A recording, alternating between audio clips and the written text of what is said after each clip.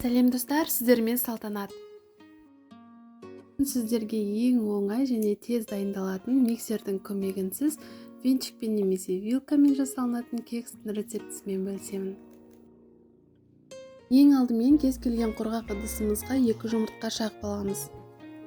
Барлық өлшемдер сіздерге ыңғайлы болу үшін пиалаймен алдым. 1 пиалай шекер қосамыз, 1 пиалай сүт қосамыз және 100 мл сұйық май қосамыз. Осы массамызды жақсылап араластырып аламыз. Ұнымызды саламыз және 1 шай қасық қопсытқышымызды саламыз.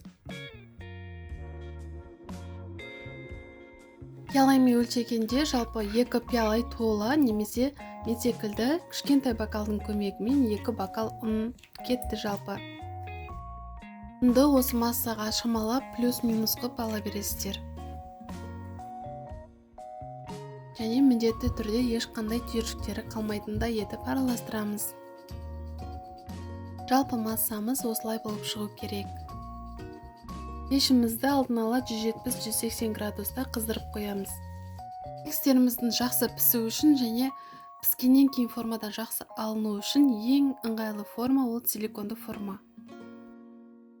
Ол үшін желательно осы силиконды формаларды қолданыңыздар. Мен вареная сгущенка жақтым, біраз қасықтан салып, сосын вареная сгущенканың қою түрін жақтым. Егер сұйығы болса, ол астына ағып кетеді.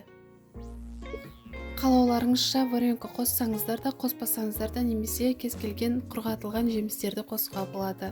Сонда дәмдірек болып шығады.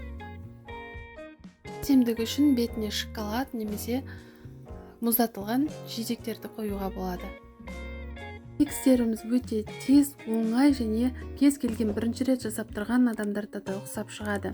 Міндетті түрде жасап көріңіздер, аман сау болыңыздар.